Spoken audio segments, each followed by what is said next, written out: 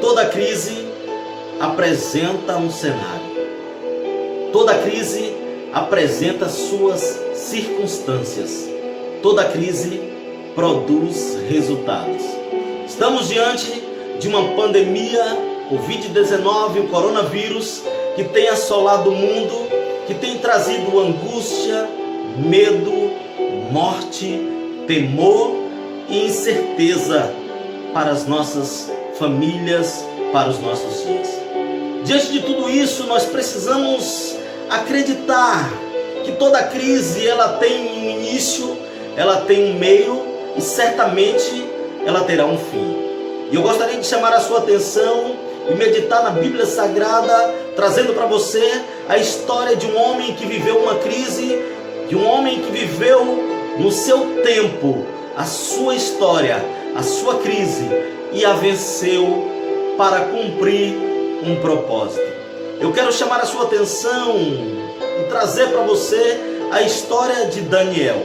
A Bíblia Sagrada diz o seguinte, que no ano terceiro do reinado de Jeoaquim, rei de Judá, veio Nabucodonosor, rei de Babilônia, a Jerusalém e a sitiou.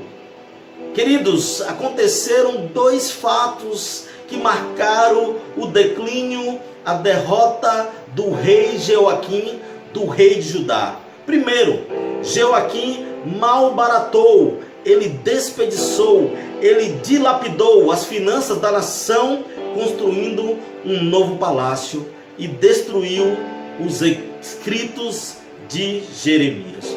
Dois erros gravíssimos levaram o rei Jeoaquim à derrota. E por conta disso, a Bíblia Sagrada diz que o Senhor Deus lhe entregou nas mãos a Joaquim, rei de Judá, nas mãos do rei da Babilônia, e levando consigo os utensílios da casa de Deus, foram levados para a Babilônia como troféus de batalha e prova do poder dos deuses de Nabucodonosor.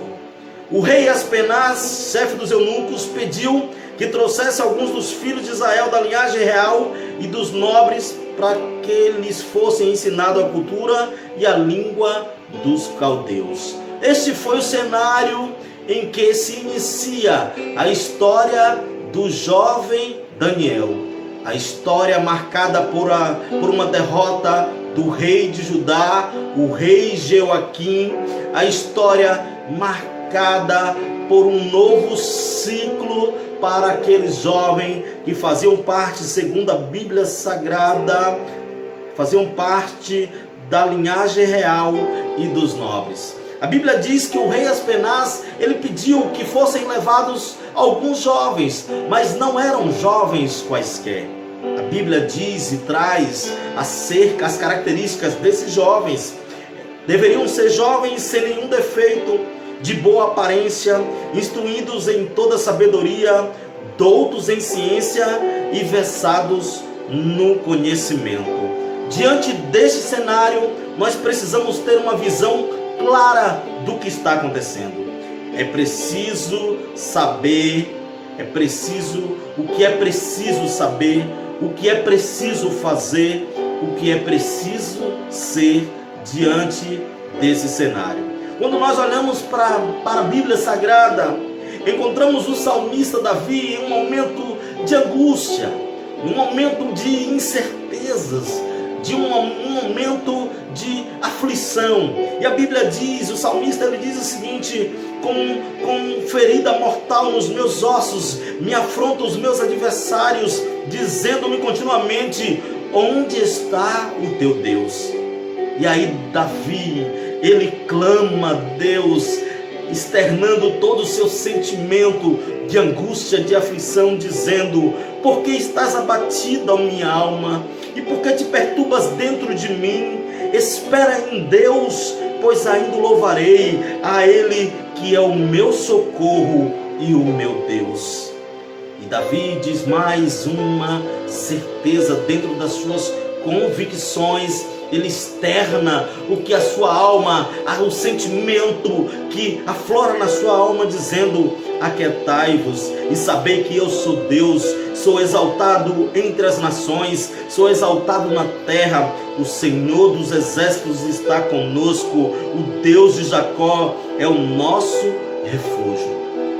O que eu quero te dizer nesta palavra é que Deus está conosco.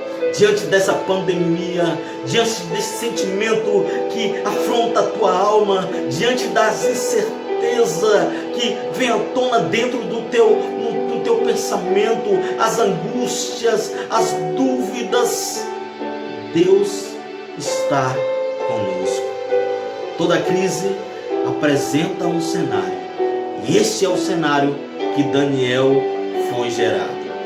Toda crise apresenta a sua circunstância, e precisamos ter uma compreensão profunda do que está acontecendo.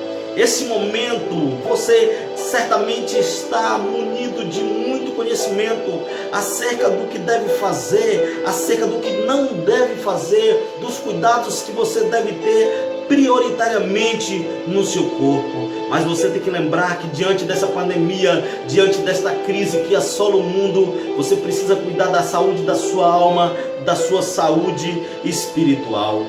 Daniel, o jovem Daniel, foi levado cativo, foi levado para a Babilônia, certamente sem os seus familiares, sem os seus amigos, e passou a viver confinado em um novo cenário, em uma nova realidade, com muitas incertezas. E a Bíblia diz que as circunstâncias se apresentam a Daniel, e são elas as seguintes circunstâncias. A Bíblia diz que o rei determinou a ração diária das finas iguarias da mesa real e do vinho que ele bebia, e seriam mantidos por 3 anos, e depois, após o cumprimento desse período, eles assistiriam diante do rei. Steve Jobs disse certa vez que decidir o que fazer é tão importante quanto decidir o que não fazer. As circunstâncias se apresentaram, todo o cenário está configurado, e agora nós temos o conhecimento do cenário, e diante da circunstância, o que precisamos fazer? Devemos lembrar que todo o cenário gerado apresenta as suas circunstâncias, e consequentemente vai gerar resultados. E o resultado deve ser uma oportunidade de desenvolvimento, progresso e evolução para todos nós. A Bíblia diz, queridos, que entre os jovens que foram levados para a Babilônia estavam eles, Daniel, Ananias, Misael e Azarias, que passaram a ser chamados de Beltesazar, Sadraque, Mesaque e Abidnego, respectivamente. O nome hebraico, queridos, continha um nome divino, e o nome babilônico continha o nome de um deus pagão. A primeira coisa que fizeram quando levaram Daniel e os seus amigos para a Babilônia, decidiram mudar os seus nomes. Tiraram os nomes que respectivamente tinham significado ligado ao nome hebraico, ao divino, trazendo para uma nova realidade, distorcendo os fatos, trazendo um novo nome ligado à cultura babilônica, a um deus pagão. E é isso que o mundo quer fazer diante de todo esse processo que estamos passando.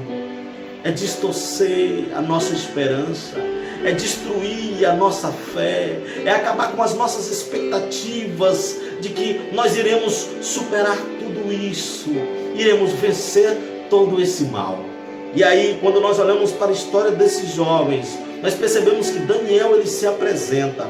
A Bíblia diz que Daniel firmemente decidiu não contaminar-se com as iguarias do rei e nem com o vinho que ele bebia. Então Daniel tomou a seguinte decisão: ele pediu ao chefe dos eunucos que ele permitisse não contaminar-se. É hora de não se contaminar com as falsas notícias. é hora de não se contaminar com a falta de esperança, a falta de fé. É hora de entender que Deus está direcionando a nossa vida e que tudo isso está acontecendo segundo a sua permissão, e no momento certo Deus irá se manifestar, Ele vai se apresentar para resolver o problema da humanidade. Esse é o nosso desafio. Daniel pediu ao chefe dos eunucos para não se contaminar, e a Bíblia diz que Deus concedeu a Daniel misericórdia e compreensão da parte do chefe dos eunucos. E o chefe dos eunucos, queridos, teve medo e imaginou que os rostos dos jovens ficariam mais abatidos e que certamente ele poderia ser disposto e morto pelo rei caso obedecesse a Daniel. Que se levantem o Daniel desta geração. Que você se levante como Daniel nessa geração, não se contaminando com as falsas notícias, mas contribuindo para que as pessoas possam superar o seu medo, a sua angústia, a sua aflição de alguma forma. Existem pessoas que esperam que você seja forte, porque você é o espelho para muitas pessoas que estão observando o seu comportamento. Seja nas redes sociais, seja nos grupos de WhatsApp, seja no Instagram, seja no Facebook, enfim, como você tem se manifestado, como você tem se apresentado diante desta crise, como profeta do fracasso ou como profeta do sucesso. Eu quero te dizer, queridos, que independente do seu posicionamento, existe um Deus que está no controle de todas as coisas. E como Daniel, eu quero propor no meu coração, e que você também proponha no seu coração, não se contaminar com as falsas notícias, com a falta de esperança, com a falta de fé. Deus está no controle de todas as coisas.